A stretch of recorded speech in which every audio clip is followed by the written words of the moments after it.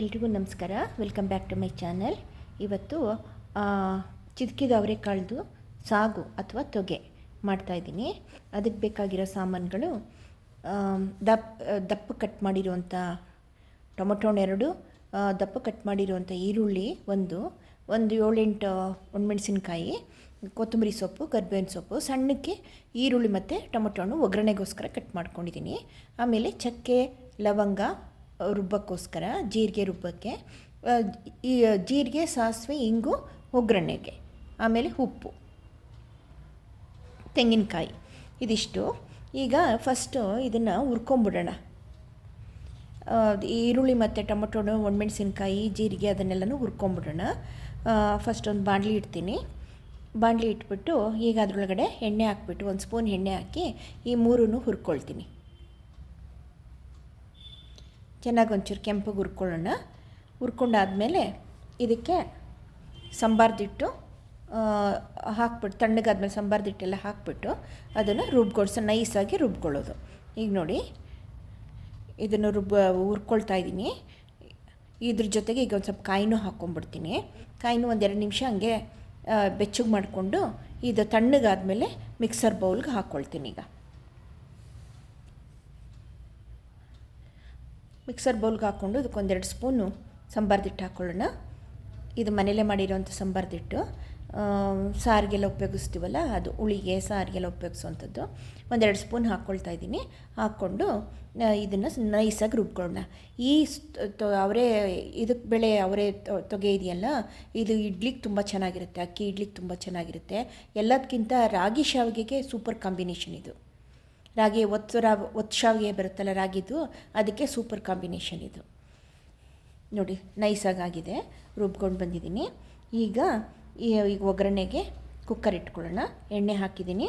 ಸಾಸಿವೆ, ಜೀರಿಗೆ, ಇಂಗು ಹಾಕಲೇಬೇಕು, ಯಾಕೆಂದರೆ ಅವರೆಬೇಳೆ ಸ್ವಲ್ಪ ವಾಯು, ಅದರಿಂದ ಇಂಗು ಸ್ವಲ್ಪ ಜಾಸ್ತಿನೇ ಬೀಳುತ್ತೆ. ಒಂದು ಸ್ವಲ್ಪ ಎಷ್ಟು ದಿನ ಚಿಟಕಿ ಹಾಕ್ತಿದ್ದೋ 1/4 ಸ್ಪೂನರ ಹಾಕಬೇಕು. ಈಗ ಈರುಳ್ಳಿ ಹಾಕಿದ್ದೀನಿ. ಚೆನ್ನಾಗಿ ಅದನ್ನು ಒಂಚೂರು ಎಣ್ಣೆಲಿ ಬಾಡಿಸ್ಕೊಂಡ್ಮೇಲೆ ಇದಕ್ಕೆ ಟೊಮೊಟೊನ ಹಾಕ್ಕೊಂಬಿಡೋಣ. ಚೆನ್ನಾಗಿ ಒಂಚೂರು ಕೆಂಪಗಾಗಲಿ. ಟೊಮೊಟೊನ ಹಾಕ್ಕೊಂಡಿದ್ದೀನಿ. ಈಗ ಟೊಮೊಟೊನು ಕೂಡ ಸ್ವಲ್ಪ ಮೆತ್ತಗಾಗಲಿ. ಒಂಚೂರು ಉಪ್ಪು ಹಾಕ್ಕೊಂಡ್ರೆ, ಒಂದು ಚಿಟಿಕೆ ಉಪ್ಪು ಹಾಕ್ಕೊಂಡ್ರೆ ಸ್ವಲ್ಪ ಬೇಗ ಮೆತ್ತಗಾಗ್ಬಿಡುತ್ತೆ. ಈಗ ಇದಕ್ಕೆ ಚಿದಕ್ಸಿರೋ ಅವರೆಬೇಳೆ, ರಾತ್ರಿನೇ ಹಿಂದಿನ ದಿನನೇ ನೆನೆಸ್ಕೊಂಡು ಒಂದು 4-5 ಅವರ್ಸ್ ನೆನೆಸಿ ಅವರೆಕಾಯಿನ ಆಮೇಲೆ ಚಿದಕ್ಸ್ಕೊಂಡು ಇಟ್ಕೊಂಡಿರೋಂಥ ಬೇಳೆ ಇದು ಹಿಂದಿನ ದಿನವೇ ಮಾಡಿ ಇಟ್ಕೊಂಡ್ರೆ ಒಳ್ಳೆಯದು. ಯಾಕೆಂದರೆ ಆವಾಗ ಬೆಳಗ್ಗೆ ನೆನೆ ಹಾಕಿ ಆವಾಗ ಮಾಡ್ಕೊಳ್ತೀನಿ ಅನ್ನೋದಕ್ಕೆ ತುಂಬ ಕಷ್ಟ, ಇದು ಮಾಡ್ಕೊಳಕ್ಕಾಗಲ್ಲ, ಬೇಗ ಚಿದಕ್ಸೋಕೆ ಕಷ್ಟ ಆಗಿಬಿಡತ್ತಿದು. ಈಗ ನೋಡಿ, ಇದನ್ನು ಚೆನ್ನಾಗಿ ಇವಾಗ ಇಲ್ಲೇ ಒಂಚೂರು ನೀರು ಚಿಮ್ಕಿಸ್ಬಿಟ್ಟು ಹಂಗೆ ಸ್ವಲ್ಪ ಹೊತ್ತು ಬೇಯಿಸ್ಕೊಳ್ಳೋಣ. ಒಂದು 3/4 ಹುಸಿ, ಅಲ್ಲೇ ಒಂಚೂರು ಬೇಯಲಿ. ಇದು 3/4 ಹುಸಿಗಿಂತ ಒಂಚೂರು ಜಾಸ್ತಿನೇ ಬೇಯಲಿ.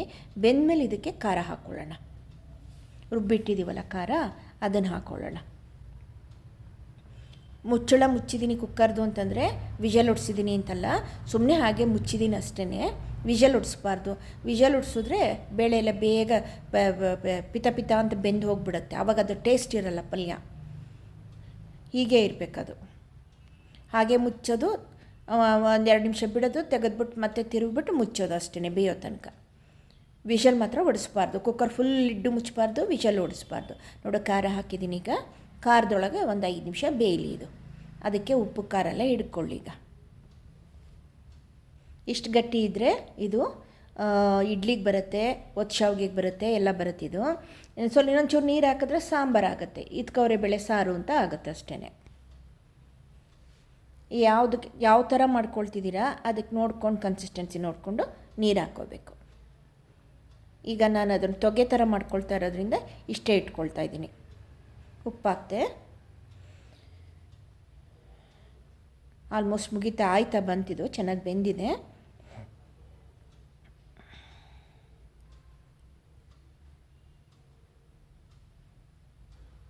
ಒಂದೆರಡು ಚೆನ್ನಾಗಿ ಕುದಿಸ್ಬಿಟ್ಟು 1-2 ನಿಮಿಷ ಆಮೇಲೆ ಒಂದು ಬೌಲಿಗೆ ತಗೊಳ್ಳೋಣ.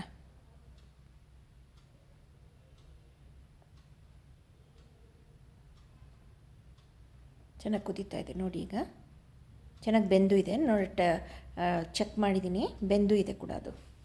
ಆಯ್ತದು ಮುಗಿತಾ ಬಂತು. ಈಗ ಅದನ್ನು ಒಂದು ಬೌಲ್ಗೆ ತೆಕ್ಕೊಳ್ಳೋಣ. ಟ್ರೈ ಮಾಡಿ ನೀವು ಕೂಡ, ಹೇಗೆ ಬಂತು ಅಂತ ನನಗೂ ತಿಳಿಸಿ. Please comment, share and subscribe my channel, support me. Thank you very much.